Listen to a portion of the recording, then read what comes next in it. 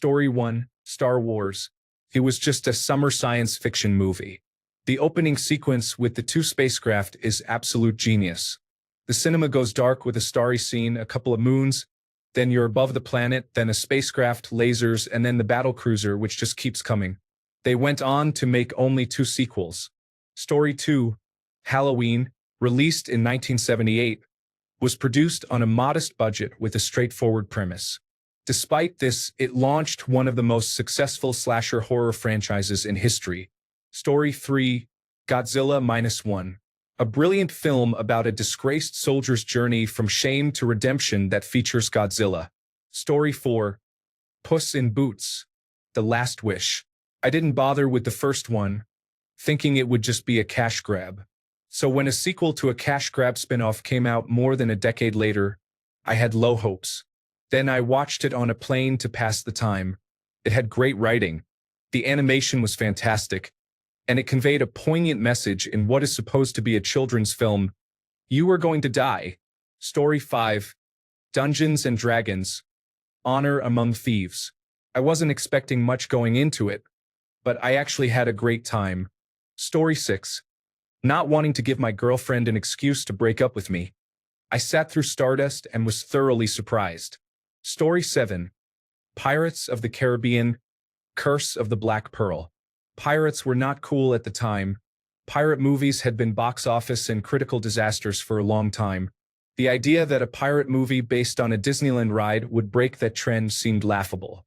In fact, it was so laughable that then Disney CEO Michael Eisner initially did not want it to be made but changed his mind after reading the script. What we got has become a cultural icon and a bona fide classic. Story 8, Kingsman. What looked like a British version of Cody Banks actually ended up being one of the coolest movies of the last decade. Story 9, Dungeons and Dragons. Honor Among Thieves. I went in expecting nothing and ended up laughing my heart out. Story 10, A Cabin in the Woods. Instead of the cliched cabin terror I was anticipating, I experienced pure cinema. Story 11, The Devil Wears Prada. I thought it would be just another shallow fashion movie, but Meryl Streep and Anne Hathaway's chemistry was absolutely incredible. I still quote Miranda's cerulean sweater speech to this day. Story 12, Teenage Mutant Ninja Turtles, 1990. I took the best parts of every version of the Turtles at the time and created something that respected children and fans, incorporating genuine serious moments and heartfelt themes. It hasn't been matched by the franchise since. Story 13, Free Guy. I was not expecting much and was pleasantly surprised by how funny and thoughtful it was. Story 14, Rogue One. I am critical of all Star Wars content that has been released since 1983. I reached a point where I had to stop watching because it became unwatchable. I wanted to enjoy it, but it is often so bad that it makes me cringe. Rogue One is the best movie in the entire series, including the original films, and I don't think it's particularly close. Story 15. Take a look at Peter Jackson's previous work and tell me how he was able to get the actors, budget, and creative freedom to create something so perfect. The timing was right for that, and it has been downhill ever since for book adaptations. I really liked Dune, but nothing is comparable to The Lord of the Rings. Story 16, Miss Congeniality. Shatner was brilliant as the Burt Parks of the pageant. Michael Caine and Candice Bergen were outstanding in their roles, as were Sandra Bullock and Benjamin Bratt. Story 17, I thought Spider-Man Into the Spider-Verse would be a low-quality cash grab film. I did not expect it to be such an artistic masterpiece. I was pleasantly surprised. Story 18, Eternal Sunshine of the Spotless Mind. Jim Carrey in an art house drama as a romantic lead? For those who had not worked with Jim Carrey, it seemed like a huge gamble. Even his previous dramatic roles were primarily in satirical comedies. Story 19, The Other Guys. I went in thinking it was just a mediocre comedy, but I laughed the entire time. Story 20, Night of the Living Dead, shot on a shoestring budget, created a new genre of films. It has been preserved in the Library of Congress for cultural significance. Story 21. Eurotrip is incredibly funny from start to finish, featuring a great performance by the late Michelle Trachtenberg. Story 22. Big Fish truly highlights how much our lives are shaped by the stories we tell. The lenses through which we view everything are influenced by those significant stories or equally affected by our lack of imagination and wonder. Story 23. After losing his parents, a priest travels to China, where he inherits a mysterious ability that allows him to turn into a dinosaur. Although he is horrified by this new power, a sex worker convinces him to use it to fight crime. The budget was $36,000. Story 24. The 2005 remake of House of Wax was more enjoyable than I expected, and I will always defend it when people criticize it. Story 25.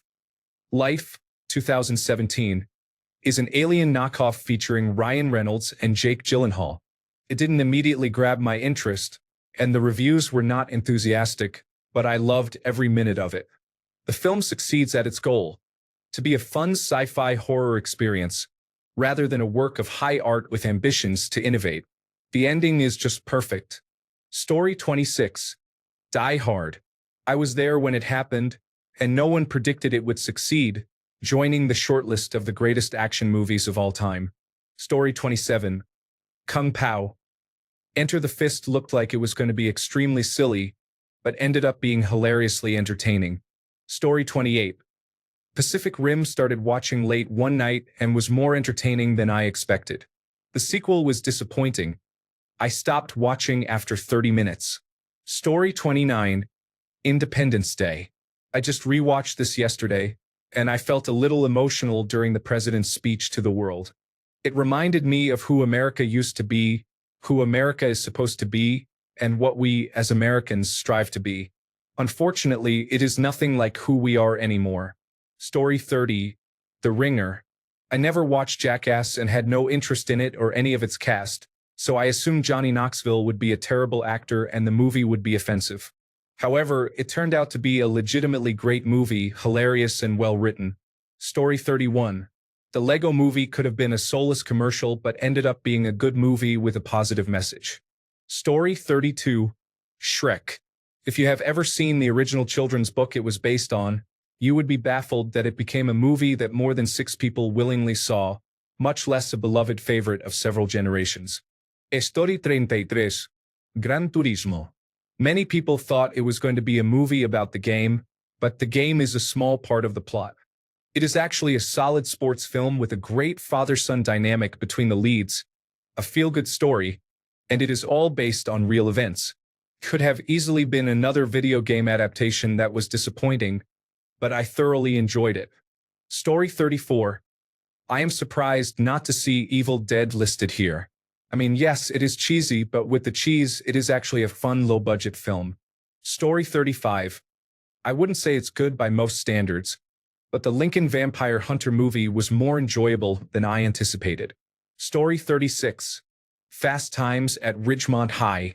If you haven't seen it, the premise alone sounds like your standard teen raunchy comedy where a group of mischievous yet lovable characters get into trouble, challenge authority, and engage in various antics.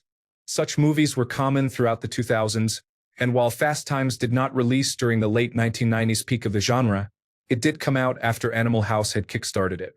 It is a teenage raunchy comedy, but it is also much more compared to others in the genre. The humor is clever and does not rely solely on toilet or sex jokes or shock value to be funny. The characters are nuanced and diverse. The cast members are not excused for their actions but are not criticized either. They are just kids navigating life and making mistakes during a transitional phase. Even Mr. Hand, seemingly the strict teacher antagonist, is not a neurotic, power-tripping character. He genuinely cares for his students, even the biggest slacker, and tries to help them understand that they are gaining responsibility for their own lives. The movie also thoughtfully explores sensitive topics like sexuality, grooming, and abortion, which were rarely addressed in films at the time, and when they were often depicted negatively. Nevertheless, the film does not judge anyone. Despite some of the antics bordering on the absurd, the characters still feel real, the humor is clever and enduring, and the film stands out in a sea of mostly forgettable teen comedies. I certainly did not expect it to be this good going in. Story 37. Red One is the best Christmas movie in years. It had camp, it had lore, and it honored actual mythology without sacrificing the small details. It also built upon these elements. The world building was exceptional. The entire movie made me so happy that I watched it 3 times last year. Story 38. Pitch Perfect. I thought it would be a cheesy a cappella movie, but the comedy was spot on, and Anna Kendrick's cup song became a significant part of my life for months. I ended up buying plastic cups in bulk because I kept dropping them while practicing. Story 39. I'm going to list a super obscure film, Hunter Prey, directed by Sandy Calora. It has a super low budget using painted Nerf guns and foam armor, yet it is an engaging and twisty little science fiction movie that very few people have heard of. Story 40. Frankenhooker is quite possibly the greatest bad movie of all time. Class of 1999 is also highly entertaining, with Stacy Keach's hair stealing every scene it is in. Additionally, Pam Grier appears with a flamethrower for an arm, and Malcolm McDowell plays the principal of an American high school for some reason. Story 41. A Quiet Place. Day 1. Lupita Nyong'o was absolutely amazing in that movie. It was not as horror-like as the first 2, but you do not expect such a deeply moving, beautiful story in a horror film, especially in the 3rd installment of the series. Joseph Quinn was also remarkable in this film. It is sad, harrowing, and beautiful. Story 42. The Secret Life of Walter Mitty. I went in expecting nothing and came out with a newfound respect for Ben Stiller. It strikes a nice balance of comedy, action, heart, and sometimes breathtaking cinematography. Story 43. The Big Short is a movie about the 2007 housing market crash in the United States. Although it covers a serious topic, it remains one of my favorite movies. Story 44. Sonic 3. I was fully prepared to be bored and underwhelmed when going into the theater with my sons. I ended up laughing hard and was glad we chose it instead of Mufasa. Story 45. Honestly, I am surprised that none of the top replies mention Starship Troopers. It told a compelling story, had strong science fiction world building, and excelled in terms of its themes and symbolism. Story 46. Hot Fuzz is a campy cop action movie, but the small jokes throughout make it very funny. Story 47. I'm going to choose a unique one that probably not many will agree with. Casa de mi Padre. I thought this was a great movie, well above what it probably should have been. Story 48. Frequency was accidentally rented from Blockbuster and quickly became a favorite. However, I now dislike the lead actor, so I probably won't watch it ever again. It was impressive in 2000. Story 49. Do you mean that this should be a very average movie based on plot, actors, director, budget, and so on, but it turned out really great? Euro Trip. Story 50. The Lego Movie and Barbie both could have been soulless, feature-length toy advertisements, yet they managed to deliver meaningful commentaries on creativity and toys. For an example of how not to do it, consider the Playmobil Movie, which demonstrates how easily a film could be disappointing. The Minecraft movie also exemplifies this potential for failure. Story 51. I watched a film called Predestination, which I expected to be a science fiction action movie that was mindless, starring Ethan Hawke. It turned out to be much deeper than I anticipated. Story 52. Moneyball, in the sense that it was captivating to non-US audiences. I loved it and have never watched baseball before in my life. Story 53.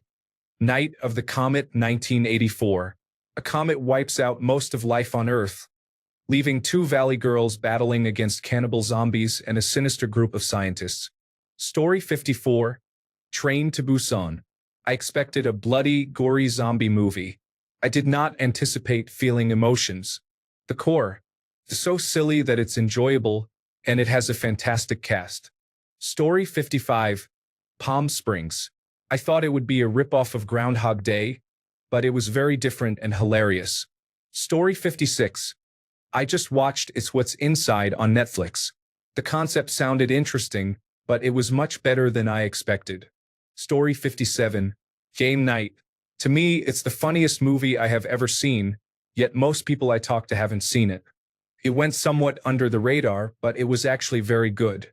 Story 58. Real Steel is a good movie about boxing robots. Hugh Jackman really carries the film.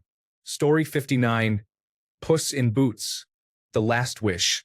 Honestly, it's the best movie in the Shrek franchise, and he isn't even in it. Story 60, The King's Speech, filled with actors who seek good scripts and projects to work on, not just paychecks. Story 61, Exorcist 3 is a masterpiece. After the second movie, which was terrible, people could be forgiven for thinking it was yet another franchise devolved into mediocrity. Thanks a bunch for sticking around till the end of the video. Remember to subscribe, and until next time, stay awesome and goodbye.